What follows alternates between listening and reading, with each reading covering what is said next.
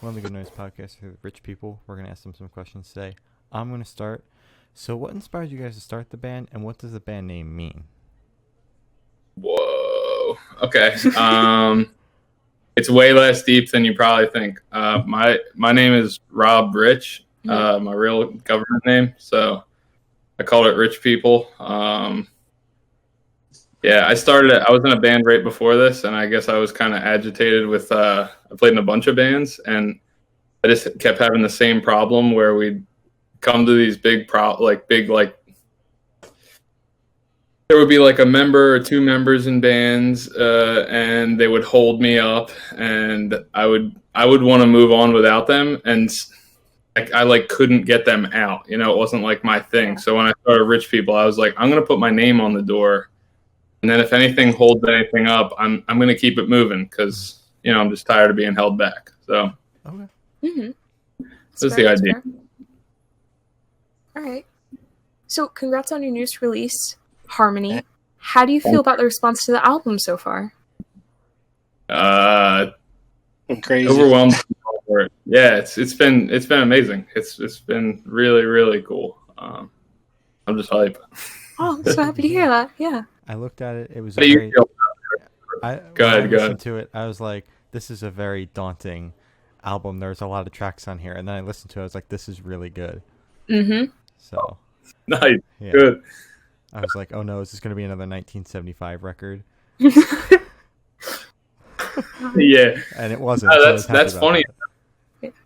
I know the trend in music at this point with anybody that's making like alternative music is like, we're all messing around on the computers now. We want to add in the synths and get the backing track type vibe going. And that's funny that you said the 1975 thing, because I feel like the trend has been, let's all go towards that, And I hope we didn't go too on that. That was good. Yeah, it was good. So can you tell me a little bit about your writing process for this record? Yeah, it's kind of all over the place. We started jotting down ideas for this album, like I think before we even released Gray Session. We wrote No Age probably 3 years ago. I was working at a shipyard, and I used to just come up with like lyrics or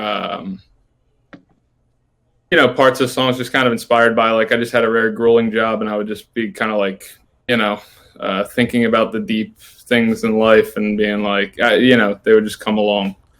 And then I'd go home and write a guitar riff or something, and just so that I could go to it. But yeah, the songs usually, for the most part, up until halfway through writing Harmony, songs always started with basically me writing some chords on an acoustic guitar and me writing maybe a hook line, and then kind of filling in the rest as we filled it out as a band. Halfway through Harmony, I started really messing with when I wrote Contrast, the introduction song. That was I wrote a couple, a piano line, and it was the first time I ever did that, because I'm not a piano player naturally, but so now now some of our songs actually start I wrote a bunch of synths or weird I don't know, it's different now. It's cool. I'm in the electronic world. That's cool. Oh, awesome. Big producer. Where was your headspace while creating Harmony? Oh, yeah. I'll say in context to us as a band, I don't know if you guys have listened to us before the Harmony thing, but we started out. I'll give you the briefest, because I don't want to bog you down here. But anyway, the basic gist with Rich People is I got clean. I was a drug addict once upon a time, and I got clean 9 years ago. I used to just be a very, I had a very bad attitude towards life in general, very standoffish, arrogant, just not a nice guy. Not the guy you would want to be doing a podcast with right now. I was not a friendly guy. And, at some point when I had a few years clean and I'd been changing a bit, and I a little more friendly, and but not much. And I wrote this album, Jacob's Ladder, basically because I was mad at my last band. I broke up with them and was like, I'm gonna do my own thing. It's gonna be called Rich People, right? And then we've been doing this band for a while now, and we started touring and meeting people, and my life just expanded a lot, and I really softened up and lightened up like a lot, especially the past 5 years. And Harmony is kind of like the result of that. It's like the more I let a lot of people in, the more I got vulnerable with who I like really am. Who I really am, I want to be nice. I just don't want to get hurt, you know, that whole thing. But yeah, in being vulnerable, my life has expanded greatly. And Harmony's kind of like, yeah, if I can learn to like live in, I know this is like too on the nose, but if I can live in harmony with like all the people, I can keep connection with just others in general as the priority in my life. I've noticed that I actually feel better and get a better perspective on life from that. So that's kind of the gist. Okay. So what band or artist influences do you think you can hear the most on the record? This could be both of you. I hope Drake and Coldplay. Okay. Anyone hear it? No? I've heard it? Just us. I don't know. I really I don't know. I know occasionally we'll get like Turnover, and I know we happen to all like Turnover, so that's totally cool. I don't know if we sound anything like them, but I've heard it before. Like, you guys are mellow, and sometimes I sing low, so I think sometimes people will be like, well, Turnover, or I don't know. When I think about art, like my influences personally, they don't line up with what we sound like. So I never really know where we fit. So Okay. All right. Have you guys gotten Super Whatever before? What is it? Super Whatever? Have you gotten that? Like, have people heard that in your music before? No. Yeah. Actually, go ahead, Blake. No, I was just gonna say that he's like kind of like a buddy of Rob's. And yeah, I don't know if we necessarily sound like them either, but like they're sick though, you know. So if you compared us to them, it would be high praise. I think. Yeah. Well, that's good. Yeah, I think that music. I heard a little bit of Super Whatever, and also like a sprinkle of 21 Pilots somehow. Maybe it's because I listen to them like every day, but I don't know. Those are just the two that I heard, and yeah. I love that so much that you just said. I love that. So thank you very much. Yeah, it was a great album. So thank you. Yeah. Is there a certain feeling you want your listeners to have while going through the album? Everything. All right. Everything. The lows, the highs. All right. I kind of would love a listener to be able to. With this album too, I felt like every album I ever wrote in my life. I've been playing in bands since like 2003, 2004, and every album I ever wrote in my life was very two-dimensional. It was very anger, depression. Like, it wasn't. Yeah. I thought that's what artsy was, you know, and I learned some lessons through this band, and I hope that this album can take people through some serious, some like introspection, and then I also like songs like Play and Joy Notes. Like I hope it's all rounded. I really wanted this record to feel like a movie that's well rounded. Like, there's a movie called Meet Joe Black. It's my favorite movie of all time, just because it has everything. It has like a dark side. It has some thrill. It has romance. It has humor, like dark humor. It's got, you know, Brad Pitt, you know, Claire Forlani. It's got everything, you know. So. Yeah. So how did you choose the opener and closer for the album? Did you write them that way? Did it fall that way? So that's a great question. For the opener, I did purposely write Contrast. I wanted to introduce the album with. I knew that the album was going to go through a lot of different things because we had written a few songs already, and I knew it was going to go through, like I was just saying, it was going to go through some happy stuff that was very lighthearted, like Play and stuff like that. And then I knew it was going to go through some serious stuff that was like topical, like specific. But contrast, I wanted to say, hey, this album is about, it's about embracing, it's kind of about my life has become a beautiful thing and all this as a result of embracing the differences with people and the differences of opinions and attitude and leaning into connection with people despite all that. And I wanted the album to right off the rip say that in a very intense, how there's that tension in the opening riff. The outro, though, I don't know what the outro ended up being. Is it the acoustic song? I believe so, yeah. Yeah, I believe so, yeah. So that's so in a way, yes. I knew I reserved that song for last. I didn't show the rest of the guys that song at all. And they heard it when we got the record back. And that was kind of, hey, as a result of us doing this for the past 5 years, I've grown a lot. And I just wanted to make sure that you guys know in a very loud, public way, that I love you. And, kind of like a thanks for, just us having, kind of the result, Mm-hmm. Yeah. That's so really wholesome. Way to end yeah. That's so cute. Yeah. So awesome. I felt so corny singing so many of those lines, and I was just like, I don't care. Yeah. Awesome, that was so cute, yeah. So your last tour was with Grayscale. Can you tell me a little bit about how that happened and what that experience is like being on the road with them? Mm-hmm. Yeah, that experience is it's one of my favorite experiences in life. I've gotten the privilege of going on tour with them a couple times now, and those people, I'm going to say the people that are in Grayscale and on their crew are.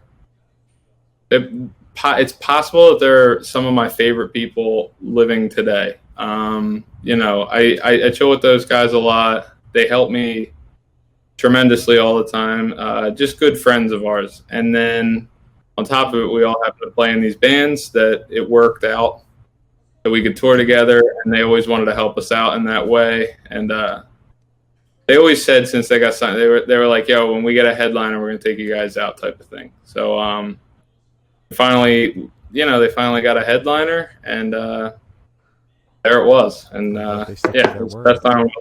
Yeah, that's good. Oh, yeah, that's awesome. I'm so happy to hear that.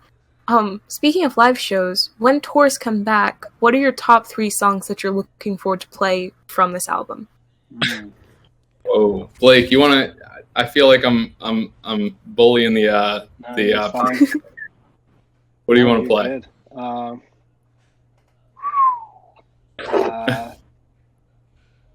I mean, I wanna play because it's just my favorite song on the album. What else do I want to play? I don't know. I mean, I really liked playing. I want to play Broad Strokes. Same. Yeah, that's Rob's favorite. That's my favorite song that we ever. Man. It's my favorite song I've ever written in my entire life, actually. Damn. Oh wow. Yeah. Man, what else would I want to play? Yeah, what if I could pick 3? What if we open a set with contrast, and I add a slightly longer intro to it? How about that, Blake? Would you like? Yeah, I think we were planning that too before all this shit happened, right? Oh. Yeah, it's true. We were practicing it a lot, so yeah. I mean, I really like playing that too because it's just a fun song to play. It's really simple, and it's just it's just a whole feeling. It's an ambiance or whatever, to start a set with or something, to where it's it feels like it's opening something up. So I really liked when we were practicing that too, and yeah, I really want to play that one as well. If I were to pick 3, but I'm gonna just back your 3. Yeah, I back your 3 heavy.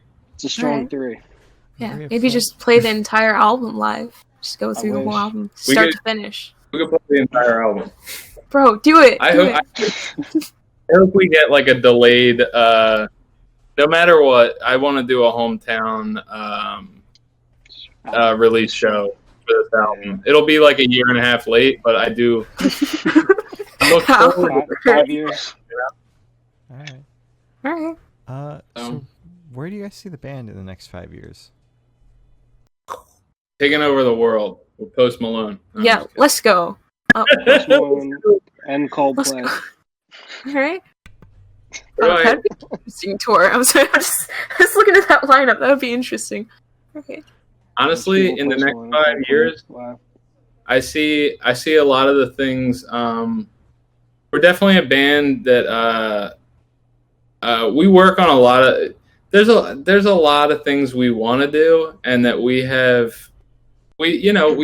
slowly but surely like put together infrastructure to do things we want to do. Like we want to be a band that gets experimental with visuals live. We want to be a band that puts on like a very visually entertaining show and a very like fluid type show, and and that type of stuff. It takes infrastructure to do that. It takes playing stages that are nice enough with sound systems that are nice enough and all that stuff. And like we got a taste of it with the Grayscale tour, but we want to be kind of like we want to be career musicians, and I want to truly entertain people, and the community that's been slowly but surely building around us is like it's a cool group of people, and I'd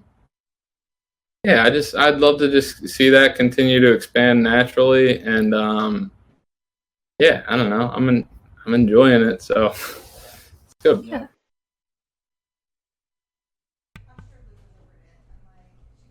Going on right now, I feel like we've been doing some cool stuff too, especially like trying to get up like Rob and I have been trying to like make it a big point to start get a YouTube channel rolling and stuff, so we can do like a lot of content based stuff and figure stuff out with that, because I feel like for a while we just like really didn't pay attention to stuff like that, and then we just want to provide like things that actually entertain people, and start like a community that like people want to be a part of and just enjoy everything, and connect with other people too. So just all kinds of stuff like that. Okay. Yeah, it's been good. We're definitely trying to. I want to bring value to people's lives. I just I always assume people know what I'm thinking. I don't know if you ever had that where you're just like, oh yeah, everybody knows what I'm thinking. Yeah. Lately, I think we had a wake-up call in this pandemic where it's like, hey, you should use the internet and stop, being so like reserved with it. Like I'm 30 years old. I turned 30 years old like a couple weeks ago, and I'm from that generation that's just like a little bit late with adoption of certain practices, especially with like the internet. And I'm growing up. I'm accepting that the internet is like an amazing way to connect with people, and I'm kind of relearning how to use it a lot lately. So, All right. So for the last couple questions, we're actually going to shift away from music and go straight to death row. So if you're on death row, what would your last meal be with a drink? You can go first, Blake. Go for it, bro. My last meal? Mm-hmm. With a drink. With a drink. Mm-hmm. Man. This got dark real quick. It did. Super dark. Super dark, but I'm loving it. Honestly, I'll probably get some seafood or something. Ooh. I just love seafood. Really? I don't know. Yeah. Solid. That's what's up. Maybe some You'll like feel good. king crab legs or something. Or, yeah, I don't feel like bloated before I die. All right. All right. As far as a drink, little polar seltzer. All right. Solid. Like that. I know exactly what I'm going to get. It's pretty much what I get for lunch every day. I'd get chicken and lamb over rice from the halal cart with a water bottle and a Cafe Bustelo to wash it down. Wow. That's funny. I was going to say halal too. That was like the first thing that came to my head, chicken over rice. Sounds so good. Bro. Yeah. So, if you could live in one fiction world for a week, where would you live? A fiction world or role? Which one? World. World. Fiction world. Damn. Wow. Fiction world. No, it's hard. It's hard to pick. Mm-hmm. Oh man. Yeah, if you come up with one, Blake, just go ahead and shout it out. I'm really mulling this one over. A fiction world. I'm gonna say whatever just came to my mind. I would want to live in the Rick and Morty world for like Solid. Yes. Yeah. so that there's like some funny chaos. Mm-hmm. Yeah. I like that. Don't copy me. I won't copy you. I'll go like I don't know. I keep thinking The Matrix. I'm like, is that a fiction world? Which part is, Yeah. Well, like Zion. When they're like down in that cave and they're like dancing and it's like, Mm-hmm. I'll take them. I would be in The Matrix. Okay. All right. I don't think we've gotten that one. So thank you for that. Awesome. You're So very I have the honor of asking the last question, and every person we've spoken to have said it's the most important question. Okay. What's your favorite color? blue. Blue. Blue. Wow. Oh my god. Did we say Both that at blue. the same time? You did. Is it always blue? Does everybody say blue? No, definitely is not. Do you have a feel like specific when shade? A specific shade? Wow. Yeah. Mm-hmm. For a color, not that I'm wearing, but for a color, I'll say sky blue. Okay. Taste. Like this Say that. Sky I was right literally there. gonna say that, like on your shirt. Yeah. Oh, what? Are you guys Wow. the same person? Yeah, I was about to say. The Death Row meal was very close to the same, and the color is... It was. It Mhm. really was. Alright. Interesting. Me and Blake have truly grown together through this experience. Yeah. Oh. So as Glory said, that's all the questions we have today. Is there anything you would like to plug? Plug? Plug. What's Just What's the listen to podcast? Harmony. Oh, yeah, listen to Harmony. Yeah. Just say plug you Mhm. guys.